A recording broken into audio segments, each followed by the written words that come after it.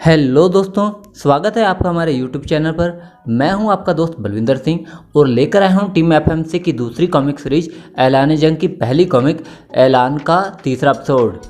दोस्तों, आज हम बिना फ्लैशबैक किए वीडियो में आगे बढ़ेंगे, पर वीडियो में आगे बढ़ने से पहले सभी दोस्तों से रिक्वेस्ट करूंगा, अगर आपने हमारे चैनल को सब्सक्राइब नहीं किया तो प्लीज़ हमारे चैनल को सब्सक्राइब कर दें और साथ ही बेल आइकन भी प्रेस कर दें ताकि आपको हमारी वीडियो की अपडेट मिलती रहे सबसे पहले। तो दोस्तों, अब वीडियो में आगे बढ़ते हैं। आगे हम देखते हैं कि क्लिश के प्यादे द्वारा छोड़ा गया वह तीर एक सूर्यांशी को जा लगता है और शक्तिमान के चेहरे पर एक चिंता नजर आने लगती है। चिंता तो महागुरु के चेहरे पर भी थी। वह कहते हैं, नहीं, ये नहीं हो सकता, ये कोई साधारण बाण नहीं लगता, कहीं ये कोई दिव्यास्त्र तो नहीं। पर क्लिश के पास दिव्यास्त्र कहाँ से आएगा, कुछ तो गड़बड़ लगती है। इधर हम देखते हैं कि सूर्य निकल आया था और सुबह हो गई थी, पर अब क्या हो सकता था। क्लिश अपनी योजना में कामयाब हो चुका था।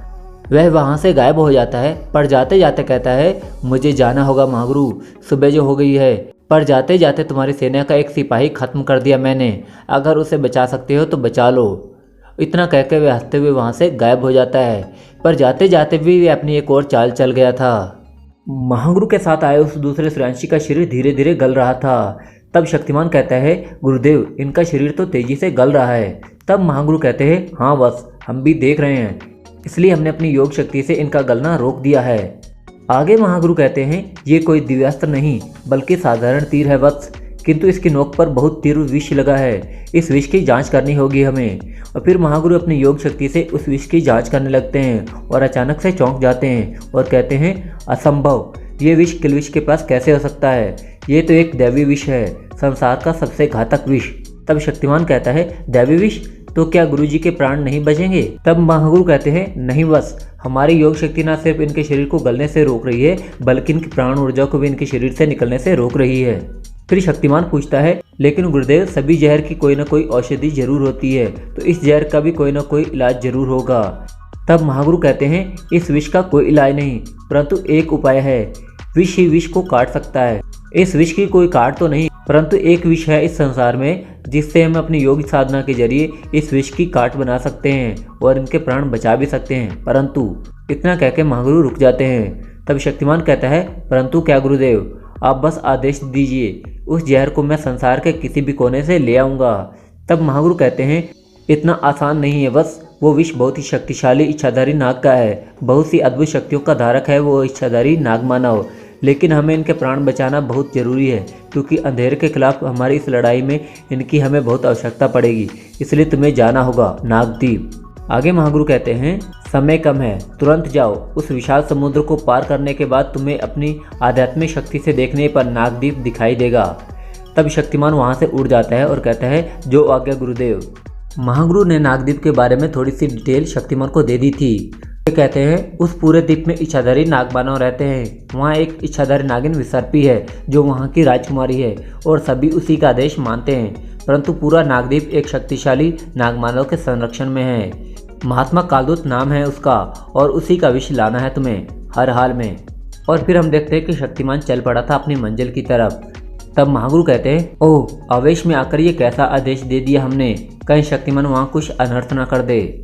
आगे हमें मिस किलर का अड्डा दिखाया जाता है, जहां डॉक्टर जैकॉल कहता है, हमारा प्लान नाकामयाब रहा, तीर शक्तिमान को नहीं बल्कि उसके गुरु को लग गया। तब मिस किलर कहती है, नहीं डॉक्टर जैकॉल, हमारा प्लान कामयाब रहा।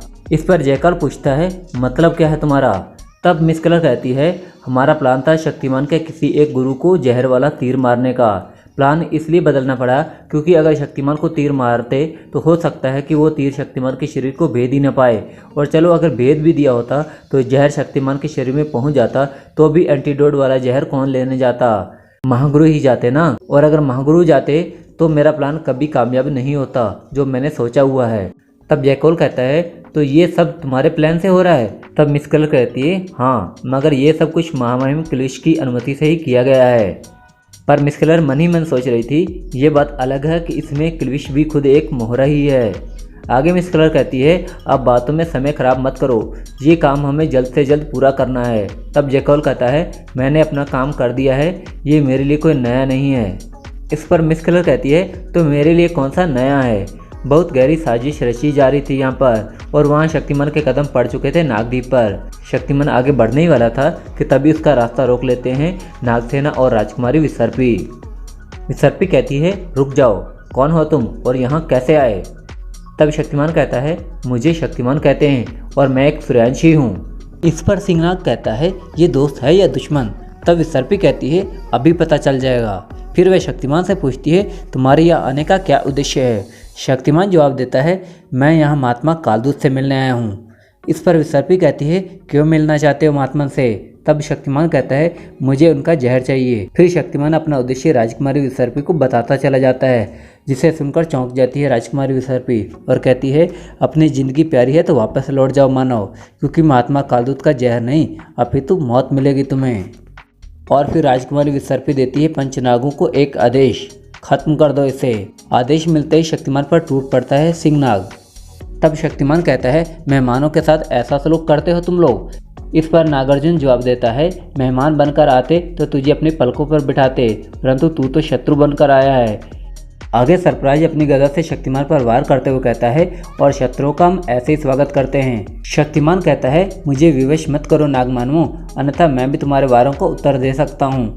पर जब शक्तिमान के समझाने पर भी नागमानव नहीं मानते, तब शक्तिमान का सब्र का बांध टूट जाता है और वह कहता है, बस बहुत हुआ, अगर तुम युद्ध ही चाहते हो तो ऐसा ही होगा। इतना कहकर शक्तिमान नागार्जुन पर वार कर देता है और कहता है, मैं यहाँ शांतिपूर्वक अपना काम करने आया था, परंतु तुम जैसे शक्ति के मद में चूर प्राणी कोई कार्य शांति से करने ही नहीं देते। चंद पलों में शक्तिमान उन सभी को ढेर कर देता है। फिर अचानक शक्तिमान पर एक वार होता है और आवाज़ आती है, नाग सैनिकों पर वार करके तुमने अपनी मृत्यु को बुला लिया है। सामने विसर्पी खड़ी थी, अब वह भी मैदान में कूद पड़ी थी। वह कहती है, प्रत्येक नाग सैनिक के रक्त का हिसाब लूंगी तुमसे। इस पर शक्तिमान कहता है, हमें एक स्त्री पर वार करने पर विवश मत करो राजकुमारी। जब शक्तिमान के बहुत समझाने पर भी राजकुमारी विसर्पी नहीं मानती, तब शक्तिमान कहता है, मुझे क्षमा करना राजकुमारी, मैं अपने गुरुदेव के आदेश से बंधा हूँ, अन्यथा एक स्त्री पर वार कभी नहीं करता। शक्तिमान के हाथ से निकले उस बवंडर ने विसर्पी को अचेत कर दिया था। तब एक आवाज़ आती है, पुत्री। शक्तिमान पीछे पलट कर देखता है और कहता है, अब ये कौन आ गया? तब उसे सामने दिखाई देता है महात्मा कालदूत। क्या शक्तिमान कालदूत को हरा पाएगा और प्राप्त कर लेगा कालदूत का विष? जानने के लिए इंतजार करें हमारे अगले एपिसोड का। आपको हमारा आज का एपिसोड कैसा लगा हमें कमेंट बॉक्स में ज़रूर बताएं। हमारी वीडियो को लाइक और शेयर करें और अगर चैनल पर नए हैं तो हमारे चैनल को सब्सक्राइब भी कर दें और साथ ही बेल आइकन भी प्रेस कर दें, ताकि आपको हमारे वीडियो की अपडेट मिलती रहे सबसे पहले। और हाँ दोस्तों, हमें फेसबुक और इंस्टाग्राम पर भी फॉलो कर लें, नीचे डिस्क्रिप्शन में हमारा लिंक दिया गया है। अब मिलते हैं अगली वीडियो में जल्दी ही, तब तक के लिए नमस्कार।